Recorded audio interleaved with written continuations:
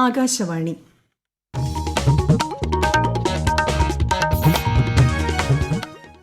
നമസ്കാരം. പ്രാദേശിക വാർത്തകൾ വായിക്കുന്നത് സുവർണ.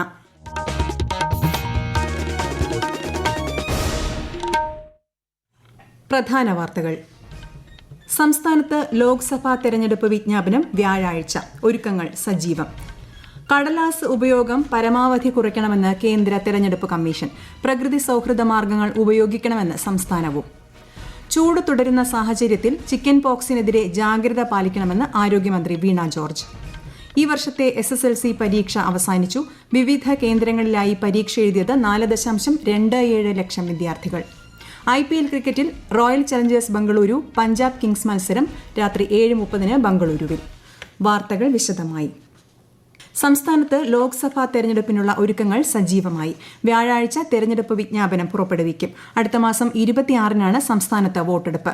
രാജ്യത്ത് തെരഞ്ഞെടുപ്പിന്റെ എല്ലാ ഘട്ടവും പൂർത്തിയായ ശേഷം ജൂൺ 4-നാണ് വോട്ടെണ്ണൽ. കേരളം ഉൾപ്പെടെ രണ്ടാം ഘട്ടത്തിൽ വോട്ടെടുപ്പ് നടക്കുന്ന സംസ്ഥാനങ്ങളിൽ നാമനിർദ്ദേശ പത്രിക നൽകാനുള്ള അവസാന ദിവസം ഏപ്രിൽ 4-ആണ്. മുഖ്യ തെരഞ്ഞെടുപ്പ് ഓഫീസറുടെ നേതൃത്വത്തിൽ സംസ്ഥാനത്ത് ഒരുക്കങ്ങൾ വിലയിരുത്തി. പോളിംഗ് ഉദ്യോഗസ്ഥർക്കുള്ള പരിശീലനം വരും ദിവസങ്ങളിൽ ആരംഭിക്കും. മുന്നണികളെല്ലാം സ്ഥാനാർത്ഥി പട്ടിക പുറത്തുവിട്ടതോടെ പ്രചാരണവും ഊർജിതമായി. വരാനിരിക്കുന്ന ലോക്സഭാ നിയമസഭാ തെരഞ്ഞെടുപ്പുകൾ പരിസ്ഥിതി സൌഹൃദമായി നടത്താനാണ് ശ്രമിക്കുന്നതെന്ന് കേന്ദ്ര തെരഞ്ഞെടുപ്പ് കമ്മീഷൻ. വോട്ടർ പട്ടികയ്ക്കും തെരഞ്ഞെടുപ്പ് സാമഗ്രികൾക്കും കടലാസ് ഉപയോഗം പരമാവധി കുറയ്ക്കണമെന്ന് കമ്മീഷൻ നിർദ്ദേശം നൽകി. പ്രകൃതിയോടിണങ്ങിയുള്ള പ്രചാരണത്തിന് മാർഗനിർദ്ദേശങ്ങളുമായി സംസ്ഥാനത്തും തെരഞ്ഞെടുപ്പ് വിഭാഗം രംഗത്ത്.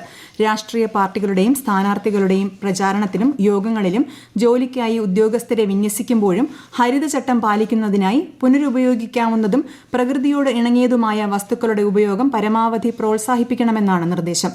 ഇതിനായി രാഷ്ട്രീയ കക്ഷികൾക്കും ഉദ്യോഗസ്ഥർക്കുമായി വിവിധ നിർദ്ദേശങ്ങളും തെരഞ്ഞെടുപ്പ് വിഭാഗം പുറത്തിറക്കി. സംസ്ഥാനത്ത് ലോക്സഭാ തെരഞ്ഞെടുപ്പിനുള്ള 4 സ്ഥാനാർത്ഥികളെ കൂടി BJP പ്രഖ്യാപിച്ചു. കോൺഗ്രസ് നേതാവ് രാഹുൽ ഗാന്ധി മത്സരിക്കുന്ന വയനാട് മണ്ഡലത്തിൽ സംസ്ഥാന അധ്യക്ഷൻ K. സുരേന്ദ്രനെയാണ് BJP രംഗത്തിറക്കുന്നത്. CPI ദേശീയ നേതാവ് ആനി രാജയാണ് വയനാട്ടിലെ LDF സ്ഥാനാർത്ഥി. കൊല്ലത്ത് നടൻ G. കൃഷ്ണകുമാറും ആലത്തൂരിൽ ഡോക്ടർ TN സരസുവും മത്സരിക്കും. എറണാകുളത്ത് ഡോക്ടർ KS രാധാകൃഷ്ണനാണ് BJP സ്ഥാനാർത്ഥി. NDA സ്ഥാനാർത്ഥിയായി G. കൃഷ്ണകുമാറിനെ പ്രഖ്യാപിച്ചതോടെ കൊല്ലത്ത് പ്രചാരണം കൂടുതൽ സജീവമായി. UDF സ്ഥാനാർത്ഥി NK പ്രേമചന്ദ്രന്റെ മണ്ഡലം കൺവെൻഷനുകൾ ആരംഭിച്ചു. LDF സ്ഥാനാർത്ഥി M. മുകേഷ് ഇന്ന് തെന്മല, ആര്യങ്കാവ് പഞ്ചായത്തുകളിൽ പര്യടനം നടത്തി. കോട്ടയം മണ്ഡലത്തിൽ എല്ലാ സ്ഥാനാർത്ഥികളുടെയും പ്രചാരണം പുരോഗമിക്കുന്നു. പരമാവധി വോട്ടർമാരെ നേരിട്ട് കണ്ട് വോട്ട് അഭ്യർത്ഥിക്കുന്ന തിരക്കിലാണ് സ്ഥാനാർത്ഥികൾ. ഐക്യജനാധിപത്യ മുന്നണി സ്ഥാനാർത്ഥി advocate K. Francis George Kottayam CMS കോളേജിൽ KSU പ്രവർത്തകരുമായി സംവദിച്ചു. NDA സ്ഥാനാർത്ഥി തുഷാർ വെള്ളാപ്പള്ളിയുടെ ഇന്നത്തെ പര്യടനം മണ്ണാർക്കാട് ദേവീക്ഷേത്രത്തിൽ നിന്നാണ് തുടങ്ങിയത്. LDF സ്ഥാനാർത്ഥി തോമസ് ചാഴിക്കാടന്റെ പ്രചാരണം കൊട്ടാരമറ്റം ബസ് സ്റ്റാൻഡിൽ നിന്ന് ആരംഭിച്ചു. പൊന്നാനി ലോക്സഭാ മണ്ഡലത്തിൽ തിരക്കിട്ട പ്രചാരണ പരിപാടികളുമായി 3 മുന്നണികളും സജീവം. ദേശീയ സംസ്ഥാന നേതാക്കളുടെ സാന്നിധ്യം മണ്ഡലത്തിൽ വരും ദിവസങ്ങളിലെ പ്രചാരണ പരിപാടികൾക്ക് ചൂടേറ്റും. വിശദാംശങ്ങളുമായി ആകാശവാണി മലപ്പുറം ജില്ലാ പ്രതിനിധി സുരേഷ് ബാബു.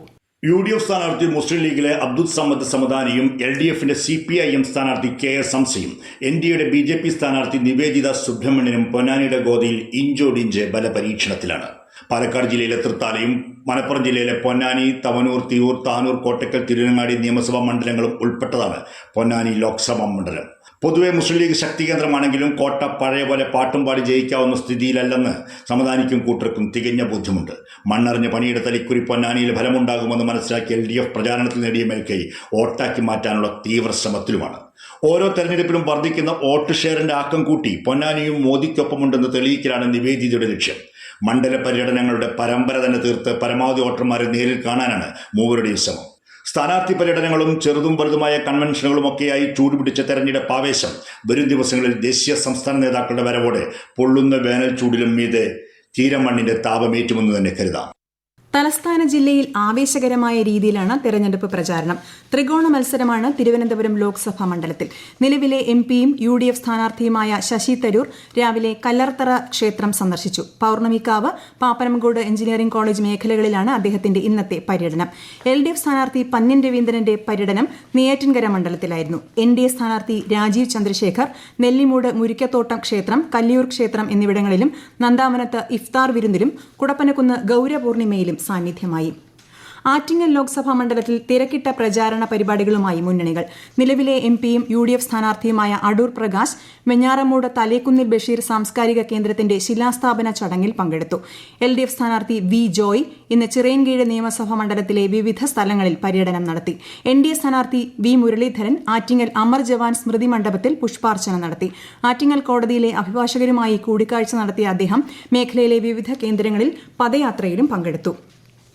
ഈ വാർത്തകൾ ആകാശവാണിയിൽ നിന്ന്. പൌരത്വ ഭേദഗതി വിഷയത്തിൽ ശക്തമായ നിലപാട് സ്വീകരിക്കാൻ കോൺഗ്രസ് തയ്യാറാകുന്നില്ലെന്ന് മുഖ്യമന്ത്രി പിണറായി വിജയൻ. വേദനിക്കുന്ന മതന്യൂനപക്ഷങ്ങളെ പരിഹസിക്കുകയാണ് കോൺഗ്രസ് എന്നും അദ്ദേഹം പറഞ്ഞു. പൌരത്വ ഭേദഗതി നിയമം അറബിക്കടലിൽ എന്ന വിഷയത്തിൽ മലപ്പുറത്ത് സംഘടിപ്പിച്ച ഭരണഘടനാ സംരക്ഷണ റാലി ഉദ്ഘാടനം ചെയ്യുകയായിരുന്നു അദ്ദേഹം. ഈ വർഷത്തെ SSLC പരീക്ഷ അവസാനിച്ചു. കേരളം, ലക്ഷദ്വീപ്, ഗൾഫ് മേഖലകളിലെ 2971 പരീക്ഷാ കേന്ദ്രങ്ങളിലായി 4,27,105 വിദ്യാർത്ഥികളാണ് ഈ വർഷം പരീക്ഷ എഴുതിയത്. ഏറ്റവും കൂടുതൽ വിദ്യാർത്ഥികൾ പരീക്ഷ എഴുതിയ കേന്ദ്രം തിരൂരങ്ങാടി PKMMHSS എടരിക്കോടാണ്. 2085 വിദ്യാർത്ഥികളാണ് ഇവിടെ പരീക്ഷ എഴുതിയത്. Muvattupuzha NSS-HS, Thiruvalla government HS Kuttoor, Hasan Haji foundation international HS, Edanad NSS-HS എന്നീ സ്കൂളുകളിൽ ഓരോ വിദ്യാർത്ഥി വീതമാണ് പരീക്ഷ എഴുതിയത്. ഏപ്രിൽ 3 മൂല്യനിർണ്ണയം ആരംഭിക്കും. 70 ക്യാമ്പുകളിലായി 10,000-ഓളം അധ്യാപകർ പങ്കെടുക്കും. സംസ്ഥാനത്ത് ചൂട് തുടരുന്ന സാഹചര്യത്തിൽ ചിക്കൻ പോക്സിനെതിരെ ജാഗ്രത പാലിക്കണമെന്ന് ആരോഗ്യമന്ത്രി വീണ ജോർജ്. സ്വയം ചികിത്സ പാടില്ല. രോഗലക്ഷണങ്ങൾ ശ്രദ്ധയിൽപ്പെട്ടാൽ എത്രയും വേഗം ചികിത്സ തേടണം. കുട്ടികൾ, മുതിർന്നവർ, ഗർഭിണികൾ, പ്രതിരോധശേഷി കുറഞ്ഞവർ, മറ്റു രോഗങ്ങളുള്ളവർ, സ്റ്റീറോയിഡ് മരുന്നുകൾ ഉപയോഗിക്കുന്നവർ തുടങ്ങിയവർ പ്രത്യേകം ശ്രദ്ധിക്കണമെന്നും മന്ത്രി പറഞ്ഞു. ഉയർന്ന താപനില കണക്കിലെടുത്ത് 9 ജില്ലകളിൽ വ്യാഴാഴ്ച വരെ മഞ്ഞ ജാഗ്രത പ്രഖ്യാപിച്ചിട്ടുണ്ട്. ആലപ്പുഴ, ഇടുക്കി, വയനാട്, മലപ്പുറം, കാസർഗോഡ് ഒഴികെയുള്ള ജില്ലകളിലാണ് കേന്ദ്ര കാലാവസ്ഥാ വകുപ്പിന്റെ ജാഗ്രതാ നിർദ്ദേശം. ചൂടുകാലത്ത് വിറ്റഴിക്കുന്ന ശീതള പാനീയങ്ങളുടെയും കുപ്പിവെള്ളത്തിന്റെയും സുരക്ഷ ഉറപ്പുവരുത്താൻ സംസ്ഥാനത്ത് ഭക്ഷ്യസുരക്ഷാ വകുപ്പിന്റെ പരിശോധന. ഐസ്ക്രീം, കുപ്പിവെള്ളം, ശീതള പാനീയങ്ങൾ എന്നിവയുടെ നിർമ്മാണ വിപണന കേന്ദ്രങ്ങളിലാണ് പരിശോധന നടത്തിയത്. വിനോദസഞ്ചാര മേഖലകളിലെ വിൽപ്പന കേന്ദ്രങ്ങളിലും പരിശോധന നടത്തി. വയനാട് പൂക്കോട് വെറ്ററിനറി കോളേജ് വിദ്യാർത്ഥി സിദ്ധാർത്ഥനെതിരായ റാഗിംഗിൽ നടപടി നേരിട്ട വിദ്യാർത്ഥികളെ തിരിച്ചെടുത്ത നടപടിയെ രൂക്ഷമായി വിമർശിച്ച് കേന്ദ്ര സഹമന്ത്രി വി മുരളീധരൻ. എന്താണ് നടന്നത് എന്നതിൽ വിശദമായ അന്വേഷണം വേണമെന്നും അദ്ദേഹം പറഞ്ഞു. IPL ക്രിക്കറ്റിൽ ഇന്ന് റോയൽ ചലഞ്ചേഴ്സ് ബംഗളൂരു പഞ്ചാബ് കിങ്സുമായി ഏറ്റുമുട്ടും. രാത്രി 7:30 ബംഗളൂരുവിലെ ചിന്നസ്വാമി സ്റ്റേഡിയത്തിലാണ് മത്സരം. ഇന്നലെ രാജസ്ഥാൻ റോയൽസ് ലക്നൌ സൂപ്പർ ജയൻസിനെ 20 റൺസിന് പരാജയപ്പെടുത്തി. രണ്ടാം മത്സരത്തിൽ ഗുജറാത്ത് ടൈറ്റൻസ് 6 റൺസിന് മുംബൈ ഇന്ത്യൻസിനെയും തോൽപ്പിച്ചു.